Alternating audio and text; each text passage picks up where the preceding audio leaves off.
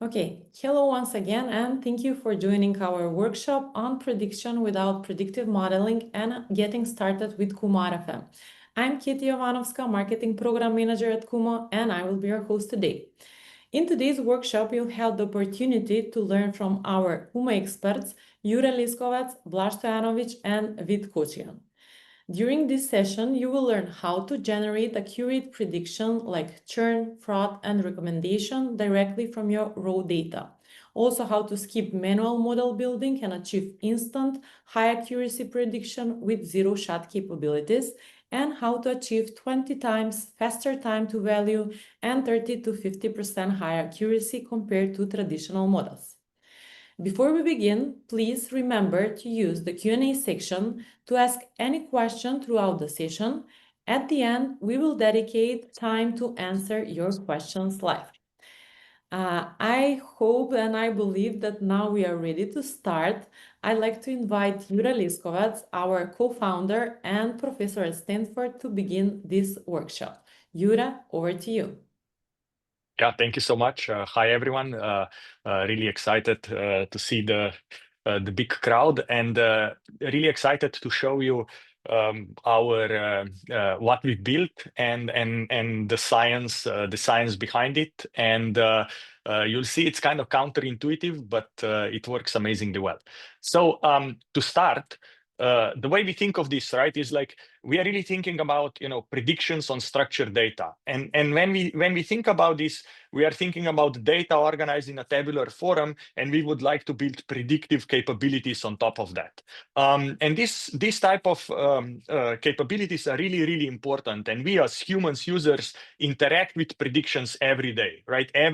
For example, credit card transaction goes through a model that tries to predict is this fraudulent or not. Whenever we visit Netflix, YouTube, DoorDash, we see recommendations, we see restaurant recommendations, dish recommendations, we see videos, we see movies and so on, right? Every single post on social media feed is there because the model predicted that you like it, right? Whenever we go into the store, the things are there because the store manager forecasted the sales of the product and was able to order it ahead of time and so on. So basically what I'm trying to say is that every day, each one of us is engaging with thousands of these types of predictions per day. And these type of predictions become even more important when we start thinking about agents and the agentic future, right? Because agents, to be truly autonomous, they need to make kind of hallucination-free predictions. They need to make predictions based on which they can make decisions. And these decisions need to be kind of rooted in data that is unique, private to each organization. So if you think about, an agent operating in a hospital, the agent may want to assess the patient risk to readmission or patient risk to life, and that's a prediction problem. If we have a customer support agent, the agent needs to estimate, is a customer going to churn? What is the lifetime value? So how much the customer is predicted to spend in their life? And then based on this estimates forecast, the agent can decide whether to offer discount and things like that. A marketing agent, for example, wants to engage with potential customers, clients. They need to decide how to prioritize and what is the next best offer to offer to the client. And if you think in sales, it's about, again, deciding who to engage, who's the most likely to purchase and become a customer, and so on. So this is why this type of predictive problems are so essential and so important today, and they're going to be even more important in the future. The problem, however, is that today, we are building models, basically machine learning models, to answer this type of questions manually. And building a model for a single of these questions that I have here takes months of work to a team of data scientists. So what we've built at Kumo is a foundation model for predictions. And the best way to understand this, and we'll go in more details how this works today, is to think of it in parallel with large language models, right? In a large language model, the input is text, and you give it a natural language prompt. It does kind of common sense, human-like, in-context reasoning, and it will give you some textual output. The foundation model for predictive problems is different. The foundation model takes in the data in a form of multiple tables interlinked with primary foreign key relations. We have a way to prompt this model to tell it what kind of prediction we would like to have. And the model is in context without any tuning or training on that data set, giving us an accurate prediction. Okay, so basically this means that now we don't have to do any modeling to make predictions. All we have to do is point out to our data, specify the predictive task, and in a single forward pass of the model, we get an accurate prediction. And that's kind of mind-blowing that this actually works. So KumoRFM is a foundation model for basically for machine learning tasks. It's architecturally, it's a pre-trained relational graph transformer architecture. And the way we use it is that we simply point it to a multi-tabular data set, right? So data spread in multiple tables. So no feature engineering is needed. And we can directly prompt the model for a given predictive task.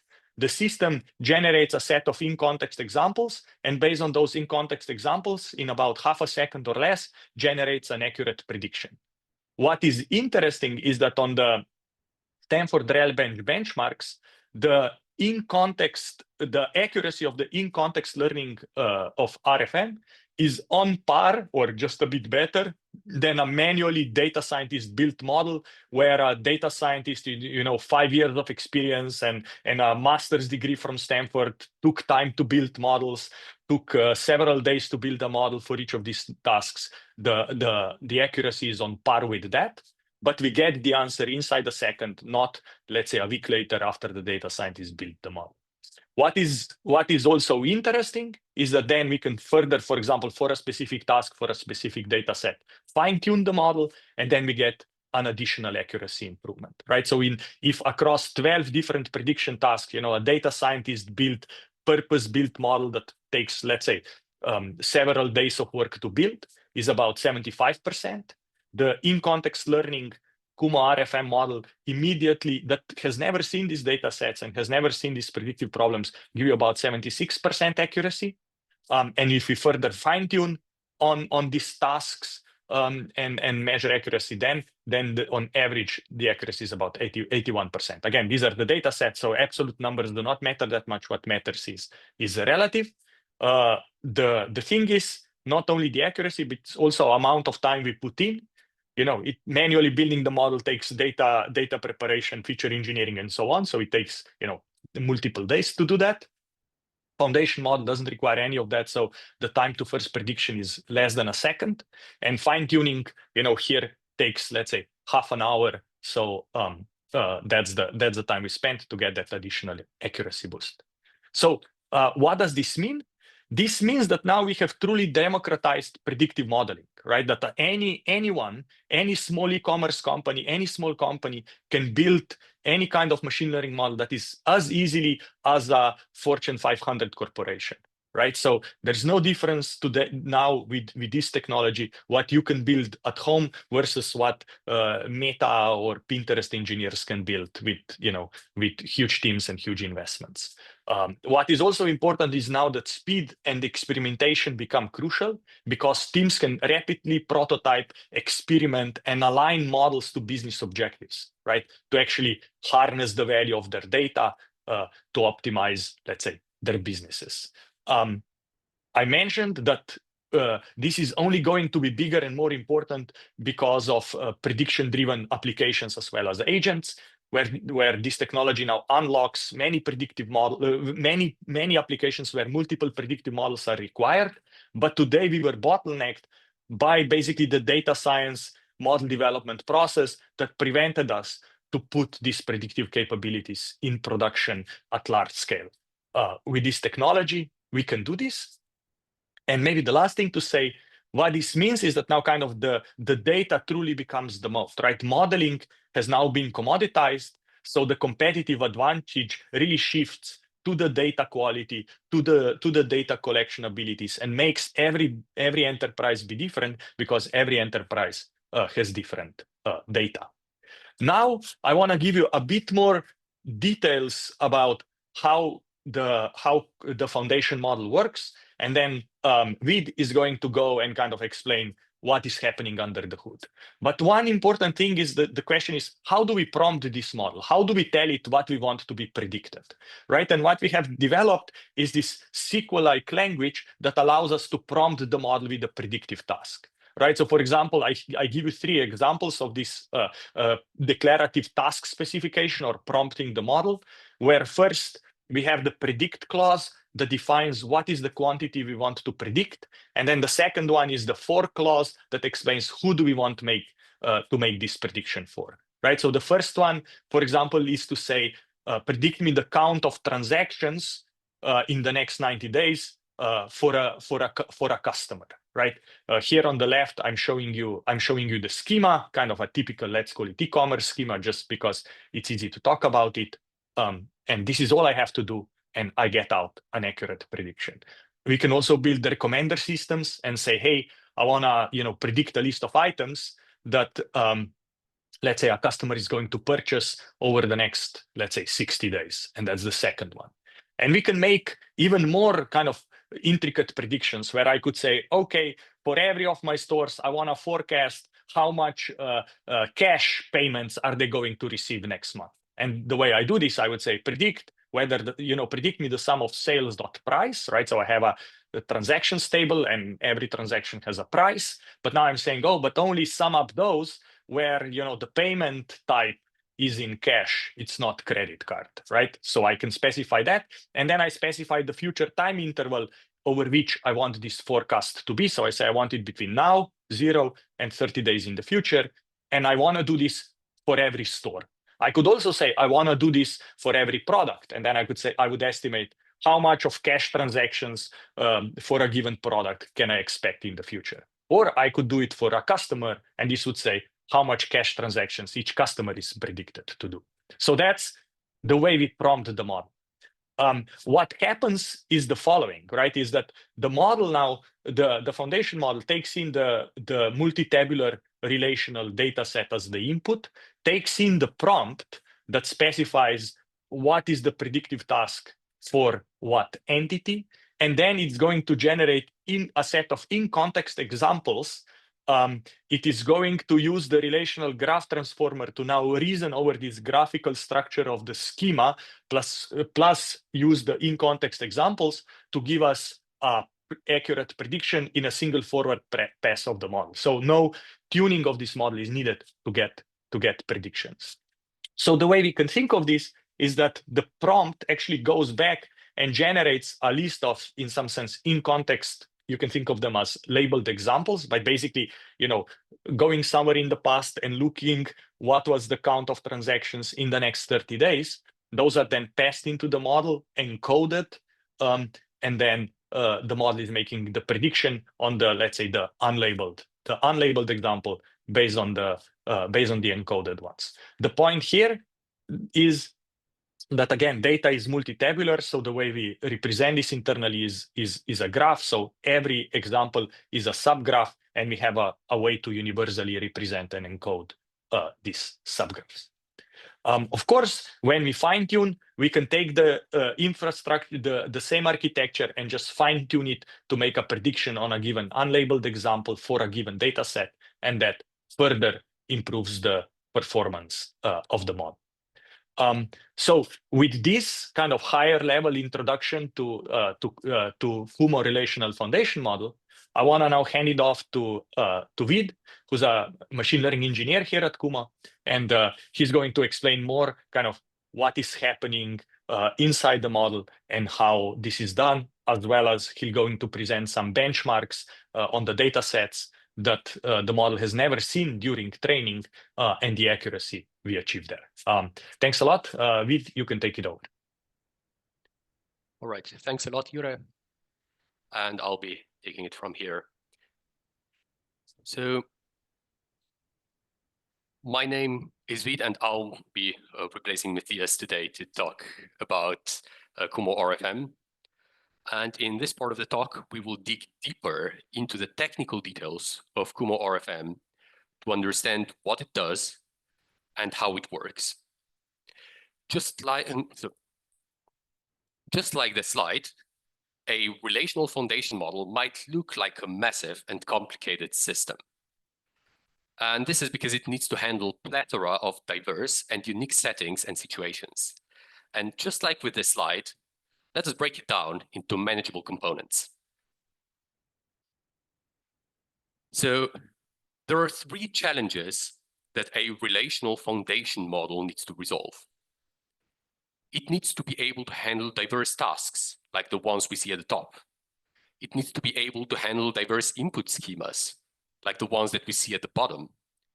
And finally, we need varying outputs that fit all possible needs, like we see in the middle.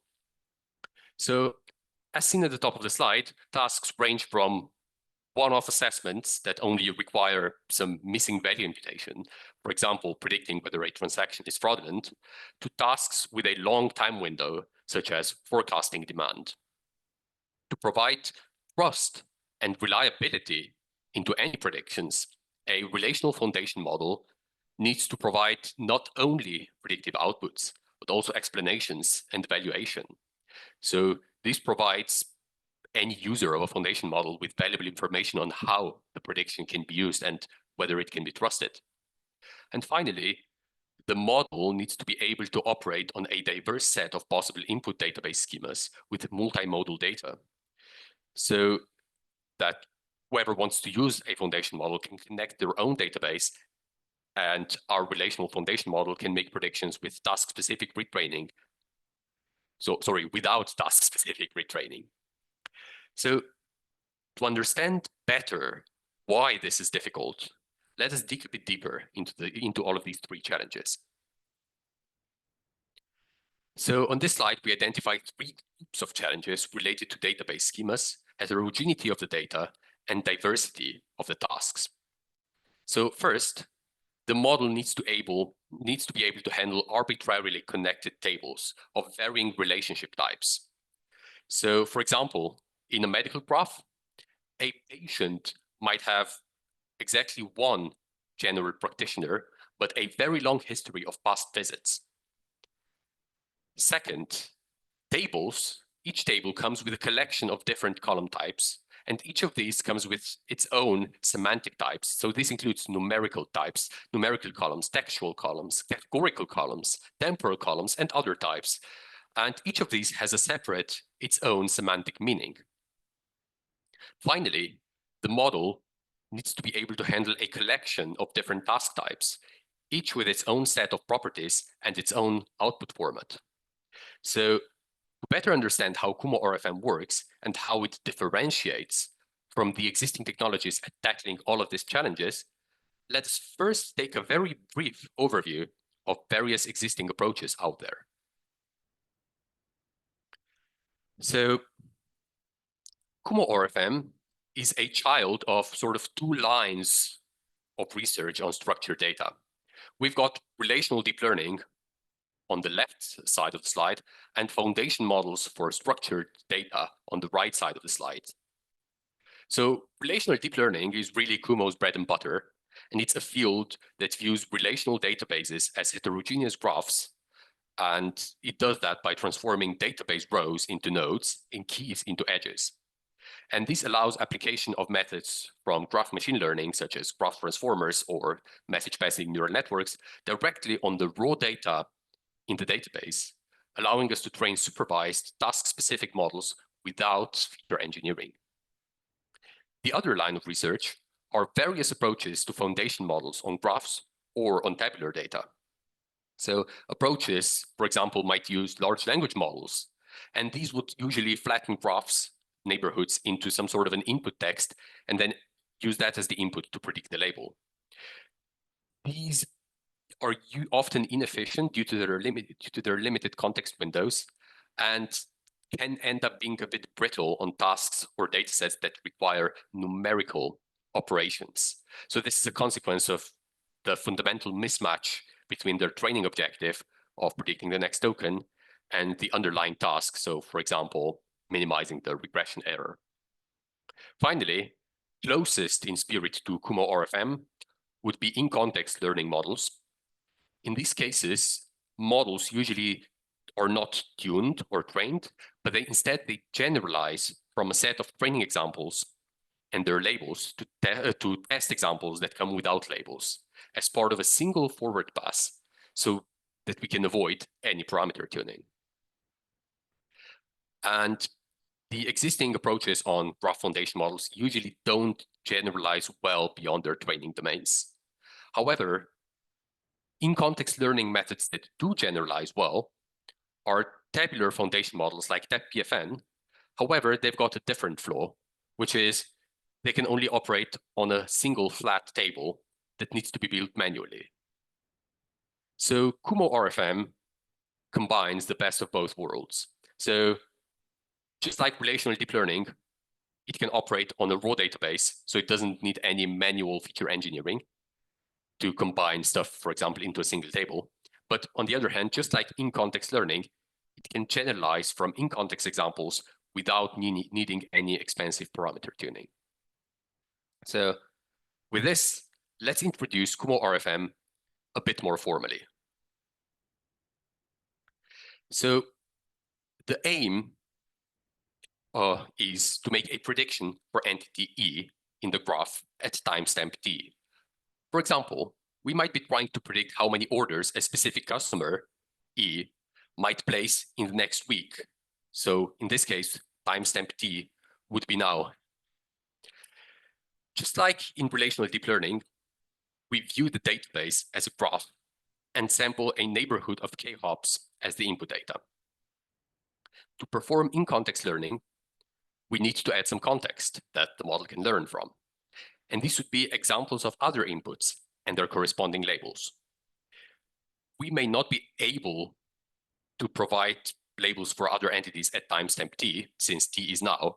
And so, the label would be in the future. That is, customers would yet be to place their future orders.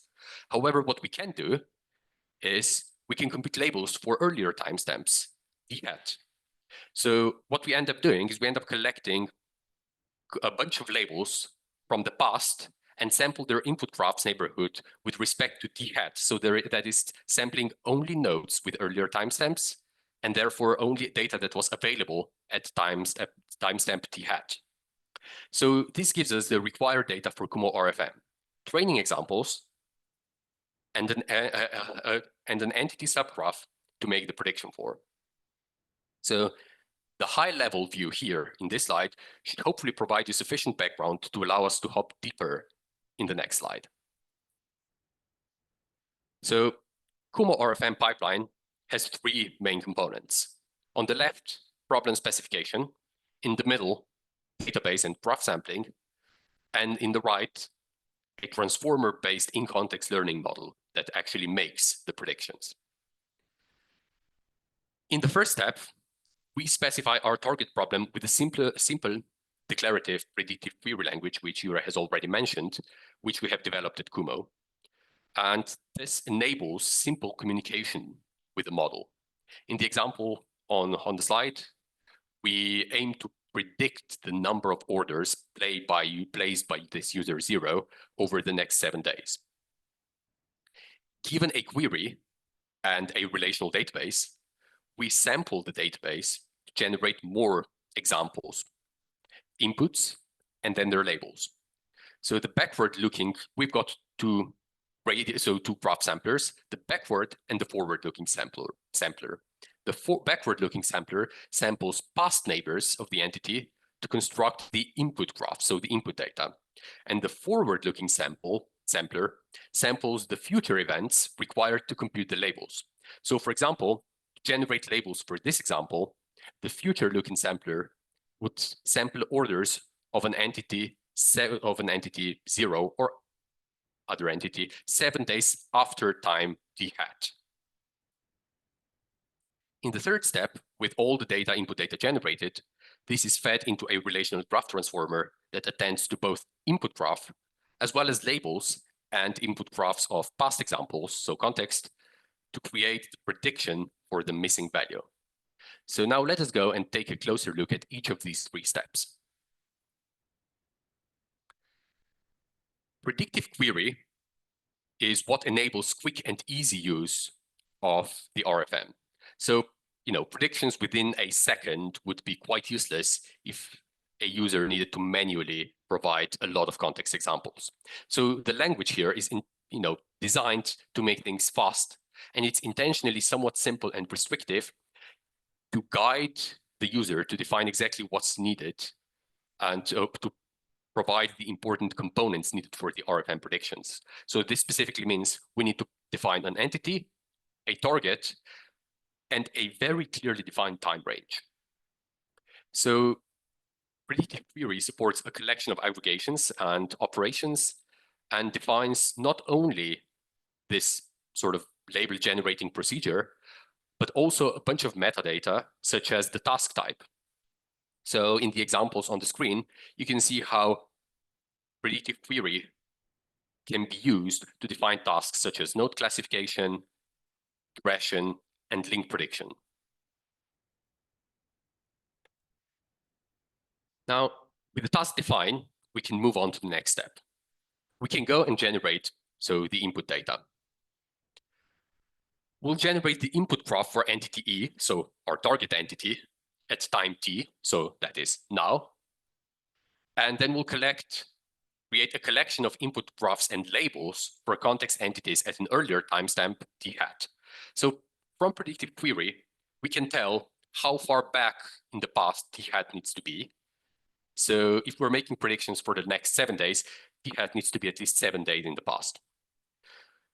Samplers will then efficiently sample the relevant data from the entire database while respecting the timestamps to avoid data leakage. So with the entire database reduced to the collection of small graphs that fit on a GPU, we can then move to the final step, and that is the KumoRFM model architecture. So I'd like now to sort of return to the idea that I've mentioned earlier in the talk. So I've mentioned challenges of relational foundation models that were grouped into 3 areas: diverse database schemas, heterogeneous column types, and complex and diverse task types. So predictive query and graph sampler label generators helped us tackle the diverse task types. And it is now down to KumoRFM architecture to handle diverse database schemas and to handle heterogeneous column types. KumoRFM has 2 main model components as seen on the slide. So the first one is this table invariant row level encoder that will handle the column types. So first, it will map every cell in the database into a vector of size f. And it will then apply a transformer on this grid of embeddings to generate a fixed vector representation of each row, which will eventually, as we move to the next step, represent node embedding as the input to the graph transformer. Note that we encode each semantic type of data with its own dedicated encoder. So this is actually quite important because it provides us with more flexibility and precision than using some one-size-fits-none solution, such as treating everything as text. The remaining component is the relational graph transformer that handles the problem of diverse database schemas and rich relations by selectively attending to the relevant past labels and exchanging informations within graphs. Now, this might have sounded a bit abstract, so let me provide a better explanation of how a relational graph transformer works on the next slide. So the input graph contains neighbors of the entity, for example, past orders, and then it will maybe contain neighbors of neighbors, so previous people who have made same orders. And then hops further away from the entity would be users who are closest in the graph and might be similar, and then their histories. And these can be used by the model to perform collaborative filtering. And unlike traditional transformers that operate, for example, on text, where positional encodings encode the position in text, graph transformers contain or added with positional encodings that encode position in the graph. So combined vector embeddings from the table encoder, so what we have obtained in the previous step, and then positional encodings are then used as the input to this graph transformer. And so put everything together, the complete input to the graph transformer is therefore a combination of encoded multimodal features, table types, neighborhood information, temporal encoding, and finally tree encoding that aims to capture relationship between sampled nodes. Now, graph transformer can, due to the unrestricted nature of attention, capture a collection of patterns such as filters, correlations in the database, and various aggregations. So this is actually quite important because these are properties that would traditionally often need to be manually encoded as part of tedious feature engineering. So combining all together, so all the steps together, KumoRFM is able to go from query and relational database to making a prediction. But no prediction is valuable without trust. And trust is built through explainability and evaluation. So KumoRFM, so starting with explainability, KumoRFM is end-to-end differentiable. So it supports various gradient-based explanation techniques and importance scores.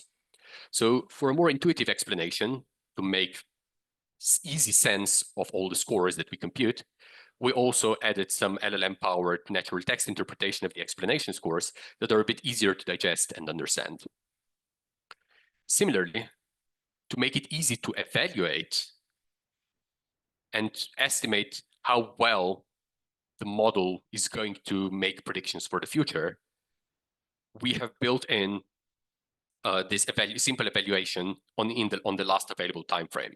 So this basically allows you to write a query and immediately evaluate to see how well model performs on past data.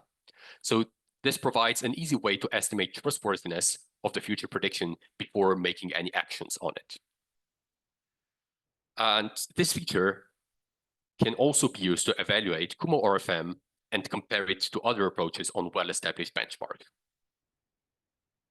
So we have evaluated KumoRFM on RelBench, which is a popular benchmark for relational deep learning. We can guarantee that KumoRFM was not trained on data uncontrollably scraped from the internet, so we know that it has not seen any of the RelBench datasets during its pre-training phase. So we compare the outcomes and performance of KumoRFM to a collection of relevant baselines.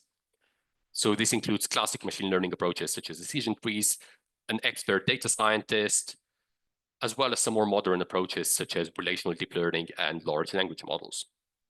And I'll first dig into comparing performance, but I'd like to highlight that good results are not the only thing that we care about.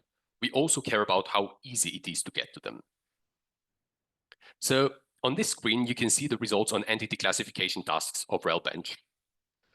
Honestly, we will only really care about two baselines: data scientists and relational deep learning. Like GPM and language models underperform and are not particularly interesting. So already without any training, KumoRFM performs on par with the baselines. However, we also support fine-tuning, which allows us to outperform them reliably. Now, some of you might be asking, hey, but why fine-tuning? You were talking about in-context learning the entire talk. Well, in-context learning is fast and it's great. But we also want to let you know that you have the option of fine-tuning if you want to squeeze every last drop of predictive power out of your data, even if that means that it takes longer. And we can observe similar patterns in regression evaluation. Again, KumoRFM outperforms the baselines, so relational deep learning without data and data scientists when fine-tuned. And finally, in recommendations, KumoRFM outperforms all baselines already without fine-tuning, and fine-tuning further improves the performance. So you can see that mean average precision consistently improves when using KumoRFM. So, however, high-quality predictions are not the only benefit of KumoRFM. The difference is really stark when we look at the time that it takes to get to them. So The difference in time to first prediction is so large that we had to plot it on a logarithmic scale. The human expert baseline in the previous slide, so as also mentioned by Jurem, took 13 hours, which is almost 2 working days, to get to models, even if they were often very decent. On the other hand, KumoRFM computes results in seconds, as any of you who have tried our demo can testify, and as you will be able to see in a bit when Blaž demonstrates it. So this is a massive boost in productivity, as it allows an engineer quick iteration, prototyping, and hypothesis testing instead of focusing on feature engineering. Finally, I'd like to briefly return to the notion of fine-tuning. So in-context learning is a game changer when trying to move fast. However, when productionizing ML models, we might care more about prediction speed than development speed. So at this stage, Kumo also supports fine-tuning the model to the task-specific data and labels, obtaining a faster and better performing customized model. So in this model, table invariant row encoders and in-context learning heads will get replaced by table-specific and task-specific heads that get tuned jointly with the model. So all of this information and more details can be found in our paper, available through the QR code on the screen or on our website. So with this in mind, I'll be giving the word to Blaž, who will demonstrate how KumoRFM works in practice. Thank you very much, Whit. Thank you very much, Jure, for the wonderful presentations. My name is Blaž. I'm one of the engineers here at Kumo, specifically working on the KumoRFM team. And I'll do a very quick demonstration, which will illustrate how KumoRFM works in practice, what fine-tuning KumoRFM looks like. So basically, my goal is to make what Jure and Vid were describing and explaining very concrete. So let's get started. In order to demonstrate KumoRFM, we built a very simple interface so anybody can try it out. It's available at kumorfm.ai right now. Feel free to follow along or go test it out yourself later. Try as many creative queries as you can think of. So without further ado, let's go. As Jure and Vid mentioned, the foundation model works with any relational data set. In this particular demo, we'll be working with a data set which is very representative of what you may find in many e-commerce use cases. So we have the users table, we have the items table, and then we have several interactions tables between them. We can view their metadata by typing show tables. So in a second, we'll see the 5 aforementioned tables, how many rows they have, how many columns they have, do they have a time column, do they have a primary key? And we can take a look at sample rows from each table by typing show, let's do users, for example, show users to see 5 example rows from the users table. One thing, again, to emphasize at this point is that KumoRFM is seeing this data for the first time. So it's not been fine-tuned or in any way trained on this e-commerce data set. What we're going to be demonstrating here is zero-shot in-context performance on a completely new data set. Okay, so we've familiarized ourselves with the data and we can start thinking about predictive models. So today this was alluded to by Jure in his presentation. If you want to build a predictive model on relational data set like this, it would require many hours of work. So we saw the 13 hours to 1 second comparison many times. You would need to define features, join tables, make a training table first, train on that table, repeat this for evaluation, make a prediction table or prediction request or service to make up one single prediction, right? So this time is very long, but KumoRFM really makes this process very simple because of its in-context learning capabilities. And it does so with predictive queries, right? So each predictive query maps one-to-one to a predictive problem or predictive task. And it's a way to prompt the foundation model for a given predictive task, right? And the result we get without training. So let's do just that.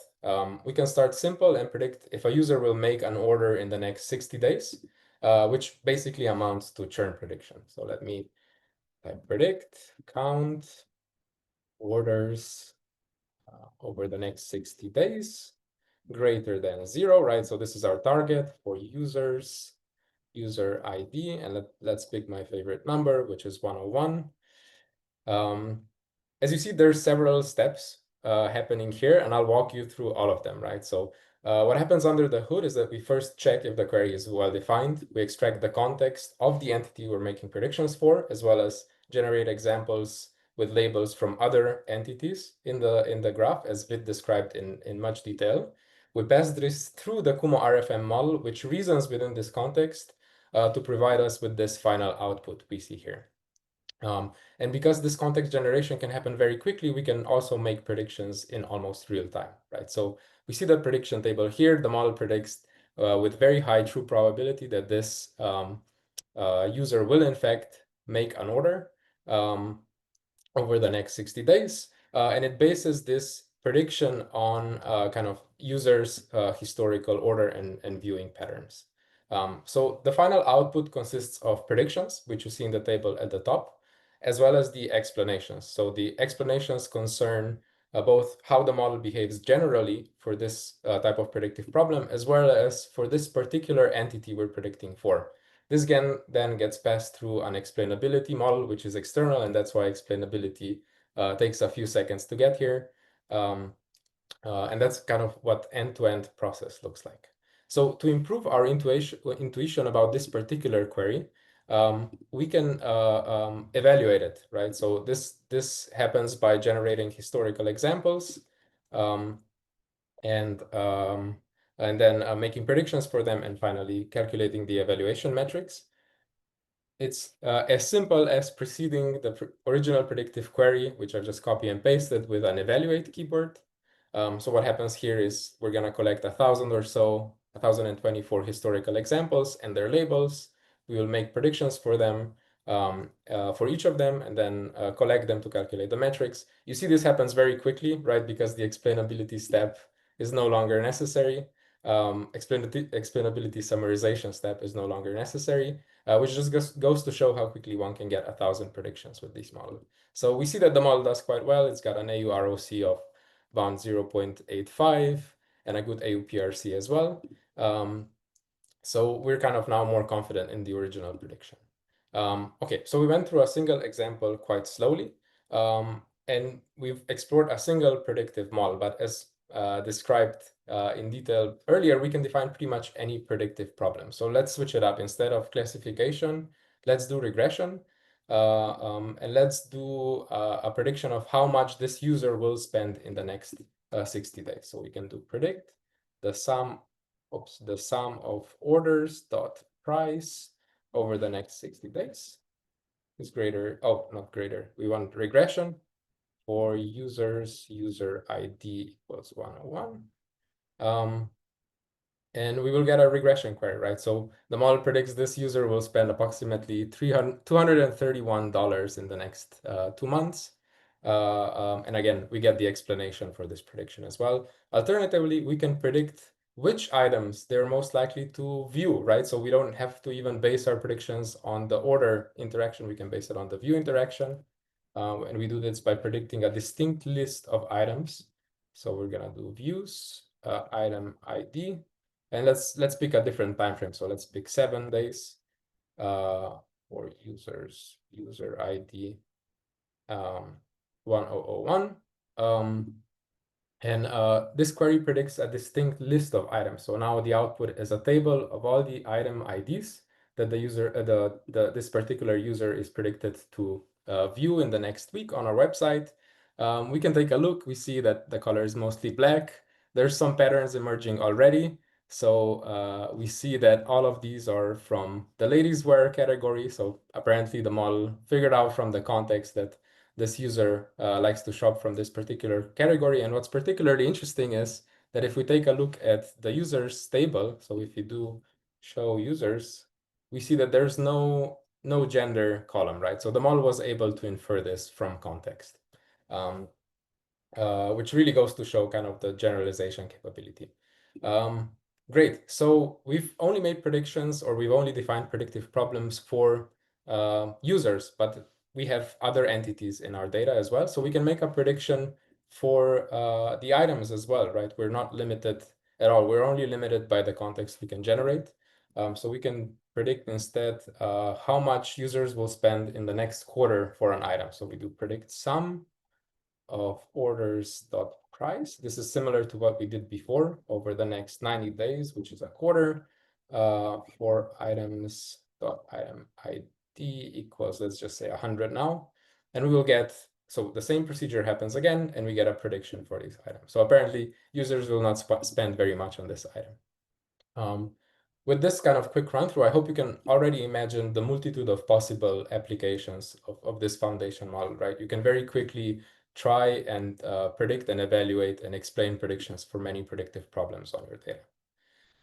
Good, so we have the basics covered. We can take a step back and take a look at what fine-tuning the KumoRFM model looks like. And we'll do this in a separate tab. I have our fine-tuning UI open here. And we'll just go here and create a new model. So Vid mentioned, or Vid showed the results, right? That KumoRFM is really good at zero-shot in context predictions, but it also has great capacity for fine-tuning on a particular predictive task. You can imagine why this works is because we are basically fixing the context in a sense, right? So the model is only seeing the same problem over and over again, and it can really specialize in doing a good job there. So to illustrate this variety, we'll switch up both the data source. So we'll select a credit card data set, which is composed of, let's say, you can imagine you're working at a bank or financial institution, right? You have your customers, you have their credit card accounts. They can make credit card transactions with those accounts, right? So it's connected to both the accounts and the customers. At particular merchant sites, right? So each transaction comes with a label, which is either fraudulent or not. So we can do predict credit card transactions dot is fraud equals to yes, for each credit card transactions dot transaction ID, right? So this is now very similar to what we did before. We defined the context for fine-tuning. The query is being checked. It looks good. And if we start training here, we would kick off the fine-tuning job. But let's instead take a look at an already trained example of this very particular task. So we see this is the same query as I was writing out. It was trained a while ago. It took about 50 minutes to train. The graph is the same as the one before. We can take a look at what the training table looks like. So it's composed of almost 20 million transactions in the training set, 2.5 million. It was evaluated on 2.5 million in both validation and holdout sets. So for fine-tuning, we just took all of the transactions. First 80% we used for training, then the latter 10% we used for validation and holdout respectively. We can see that fine-tuning was done on two separate trials. Now, one thing I didn't mention in the training pane is you can actually specify the fine-tuning model params very specifically. We've gone into depth about all of these hyperparameters in other webinars, but you can also take a look at our documentation. So I won't spend much time here. You can take a look at the loss curves for the fine-tuning procedure. You can take a look at how the actual column data is being processed. So these are the encoders Vid was describing earlier. We can also take a look at the evaluation on the holdout set, right? So you get all the standard binary classification metrics, and we really see that the model has been fine-tuned to a very high performance. So we get an AUROC of almost 96%, a very nice precision versus recall curve. We can check this at different thresholds, etc. If you want to take a look at explanations, again, these are the same explanations as provided in the demo, except they're not passed through the LLM summarization module. They're just shown here. You have global, which describes how the model behaves generally, and you have local, which describes why a particular prediction was made for a singular entity. Good. So if you want to put this model into production, you can just click here to generate predictions, fill this out, and it will generate predictions in batch. You can generate predictions on new data by not substituting, but refreshing the underlying relational data. Yeah, so this whole end-to-end process is very simple, very intuitive, and very performant, right? We provide kind of great tooling to take the foundation model, explore predictive tasks, and fine-tune it for that specific application that requires best performance to be put into production. Good. So one final note from my side, we will be releasing an SDK to let you try KumoRFM on your own data very soon. You can sign up through kumorfm.ai to get access.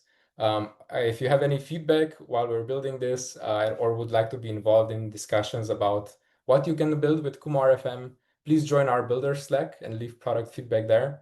You can also find me or Vid on LinkedIn. I don't think Yuri will work because he gets too many messages, but you can send us feedback there and you can show how or what you would like to see with KumoRFM. So we'll be super happy to discuss.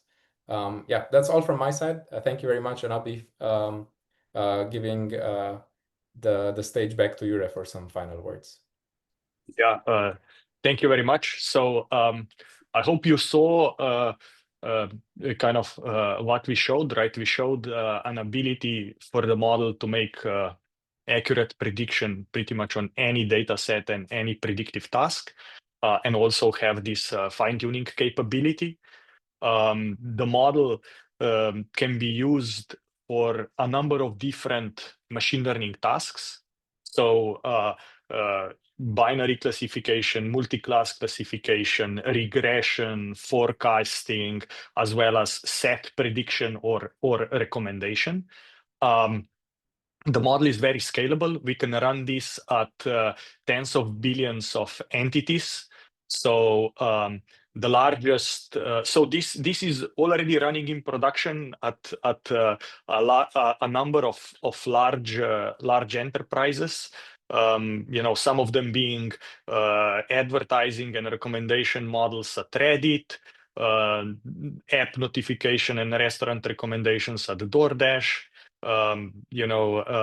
Actually, it's also running at Snowflake as well as at Databricks for their internal models around sales, lead scoring, and things like that. We get also really good results with fraud detection with some large financial institutions and so on. So that's what I would quickly say to wrap this up. You see, it's very easy to use, but because it's a neural network that learns directly on your raw data, it actually leads to much better accuracy than this kind of manually built feature engineered models, because features by themselves are very brittle. We have now time to do Q&A. So I think we are going to go through the Q&A and try to answer as many questions as we can. But please keep the questions coming, and we are going to keep answering them past the time. We're also going to share the recording, the slides. There is a research paper where you can find more material. Great. Blaž, you wanna lead us through the Q&A session? Yes, I'm trying to get the general theme. I think Vid already marked 2 questions that he would like to answer. Do you want to go ahead, Vid? Oh, yes, of course. So I've got one question which asks, so first of all, of course, thanks everybody for asking questions. So I've got questions on that. Given that relational data lacks the regular structure of language, so what was the key insight that led us to believe that a foundation model could still be trained effectively? And how did we handle privacy concerns given the enterprise nature of the data? So these are 2 sort of separate questions. So the answer to the first one is, there have been a couple of successes generally in the field that I have also mentioned during the presentation, and they were mentioned in the papers that have demonstrated that this kind of in-context learning is possible, not only on text, but also on tabular data and on sort of graph structure data.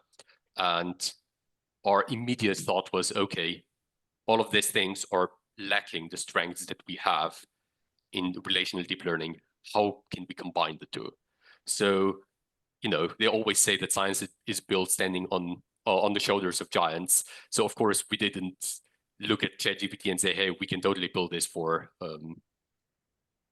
relational data. Or actually ChatGPT maybe, but we didn't start from scratch. We have seen people who have applied successful techniques to tabular data and text, and then we basically wanted to combine this with the knowledge, know-how that we had on on relational data. So, but maybe to just jump in, right? Like the key insight here and the key difference is that, you know, text is a sequence, but your relational structure is the graph, right? So we have generalized this notion of, let's say, learning over a sequence to learn and pre-train over the graph. So that's, I would say, is what is the key insight, that we kind of learn over this graph of relationships between tables in a database. Okay. Thanks, Jure. There is a second part of this question, go which ahead, I think sorry. also deserves answering, which is how did we handle privacy concerns given the enterprise nature of the data? Well, ultimately, depending on the level of privacy that the enterprise requires. So this can be answered both from, you know, data privacy point of view and from point of view of like the whole infrastructure. We offer solutions that allow customers to bring their own cloud solutions in case they want to run this locally for security reasons. And in terms of data privacy, a lot of customers will choose to pseudonymize, anonymize some of the columns or remove some of the columns to not use them. So for example, a very typical step that many of the customers choose to take is to replace various categories with something like hashes or pseudonyms. And because we use categorical encoders as opposed and not just like treat everything as text, this does not negatively affect and impact the performance of the model. So it's perfectly safe to do. Yeah, and maybe if people are wondering, right, we have different types of deployments of the platform. There is a SaaS deployment.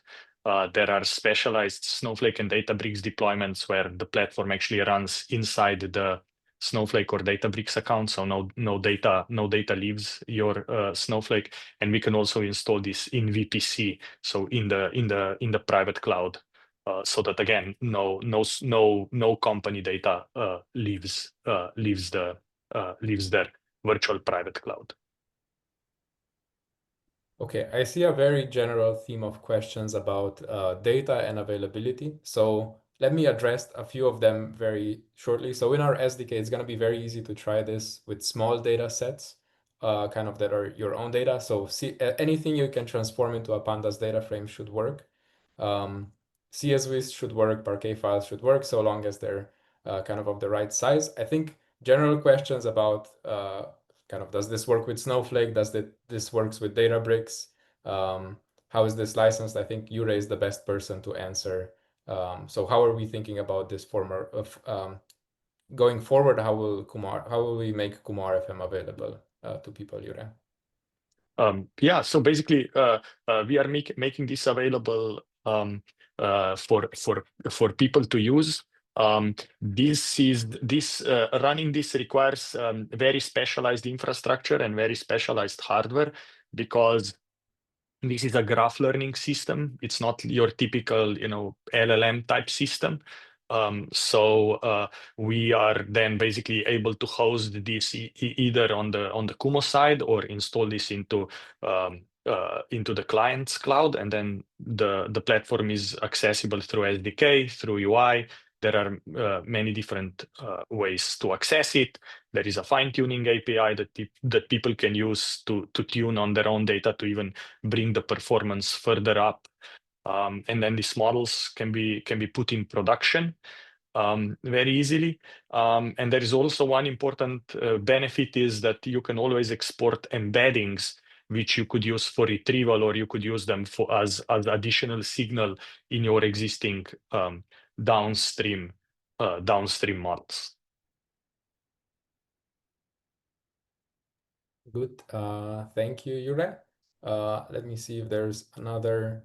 So there's a question about explainability by Arjit. I think this was answered by Vid, but very specific. So are there any types of explanations beyond gradient-based available, or kind of perturbation-based explanations? Do they make sense here?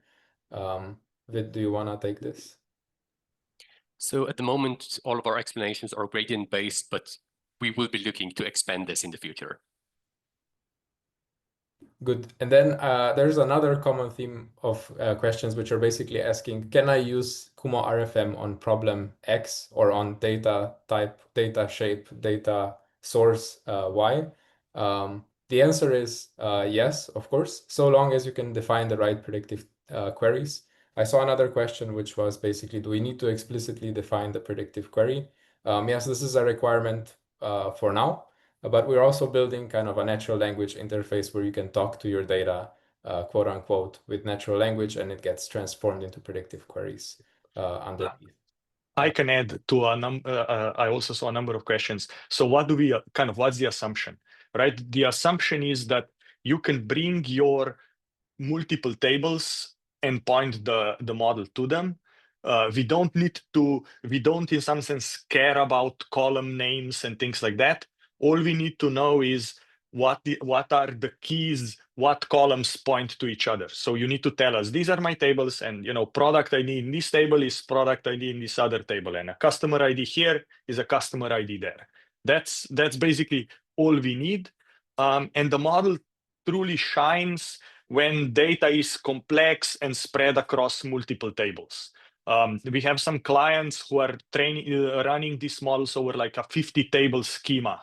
It's a large insurance that has claims and policies and customers and accidents and so on and so forth. And it's a humongous schema over which this technology can naturally run and execute.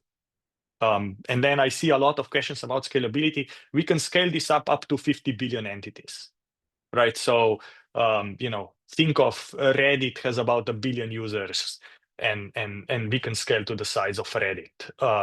We can scale this up to the size of the Bitcoin blockchain because people are using it for fraud detection and so on. So the technology is very, very scalable to the largest kind of enterprise use cases.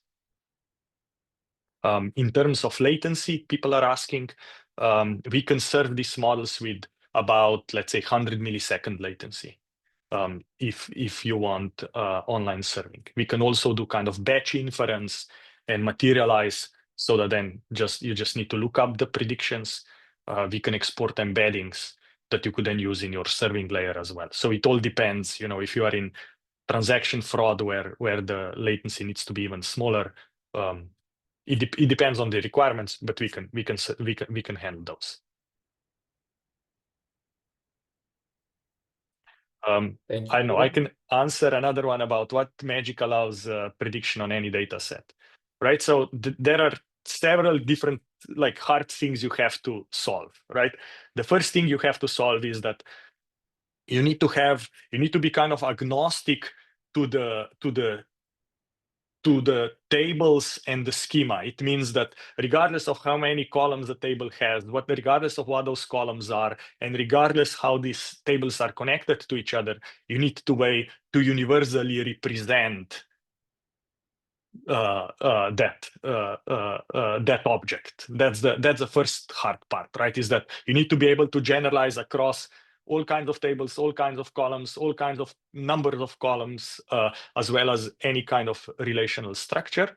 That's the first thing. And then the second thing is training the model so that it has this in-context learning ability, that it is basically able to generalize from a couple of in-context, in a sense, training examples to now give you the accurate label on that unlabeled example. And the hard part is, building the architecture and training it in a proper way to be able to do that. We do not use, maybe that's important to answer, we do not use customer data to pre-train the model. The model is actually pre-trained over a small amount of public data, but a large amount of synthetic data.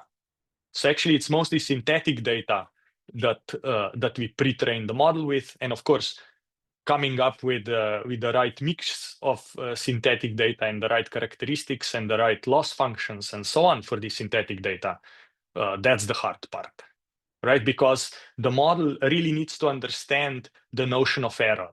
And the notion of error in forecasting is very different than the notion of error in binary classification, which is a very different notion of error in, let's say, recommendations. right? But the model needs to be able to basically understand this notion of error and generalize across it. Good. I think my follow-up question was what you can say about data, but you also answered that as well. So I think we covered a large chunk of questions. Let me quickly scan if there's some interesting ones still left.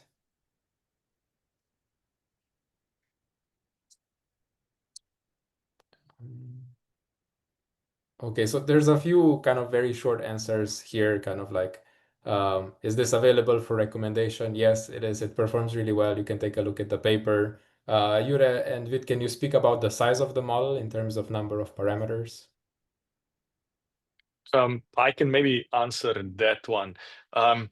We have models of different sizes, and it really depends on the use case and the computational budget and the latency, right? But our models can be quite small and can be much smaller than large language models. So we don't need billions of parameters. We can actually run this very efficiently and very cost effectively, which is important because the number of predictions we are generating is in millions of predictions a second.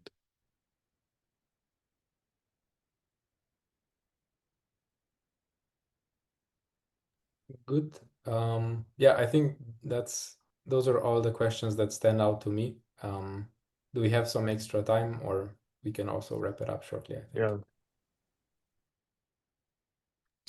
We can dedicate additional 10 minutes if you have any question that you would like to answer. And additionally, definitely we will follow up via email for the question we don't have time to answer them live. There is one more question that I've answered. I would promise I would answer, which is what's the context size? And the paper mentioned 2 million sample. What the paper mentions that we can generate 2 million labels very fast. But in terms of context, we find that you don't need such a large context, or context of order of magnitude of thousands is often sufficient and much more economic to serve answers fast. And I see questions about how production ready is this. This is very production ready. It is running in production at tens of customers, some of them being world's most technically sophisticated companies. And it's been A/B tested, has generated hundreds of millions of dollars of value measured by A/B tests.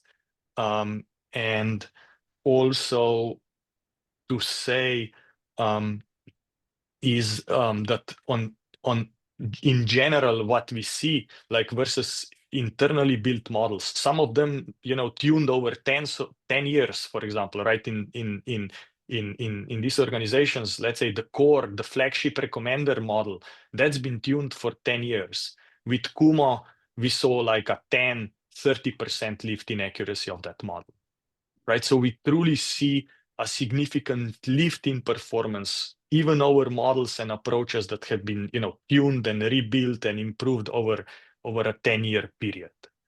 And the reason why we're able to see this is because of this approach that is able to learn over this raw relational structure. And this means that kind of the attention mechanism of the transformer is able to pick up all kinds of second order, third order correlations and patterns that no human would ever explicitly put into a feature over which you are then training the model. And that's the key reason why the accuracy of these models increases and goes beyond what we can build by hand. And maybe the analogy I like to give here is in computer vision, right? In old days computer vision, we did feature detection. And you could say, oh, to have a human, it has to have one oval and two little dots and a C like this, which is a smile, and then it's a human. Nobody does this today, right? You train a neural network on the pixels, and the neural network figures out all kinds of features representation that describes what a human is. And basically, we are doing the same thing just over your database, rather than a data scientist deciding what signals let user churn. It's the neural network that kind of learns directly from raw data. So that's maybe one thing I will finish with. Yeah, I think we can stop here. We'll follow up with materials, and please stay tuned. Then you'll be able to try this out yourself on your own data very, very soon, in a couple of weeks. Thank you, Yura. Thank you, Blaž, and thank you, Vid. So we reach the end of our workshop, and thank you for all for joining, and thank you for the amazing question and also positive comments in the chat section. I hope you gain valuable insights, and tomorrow we will send you an email with the video recording, research article, and all links that will help you to learn more about KumoRFM. So thank you once again for your time and attention, and have a great day.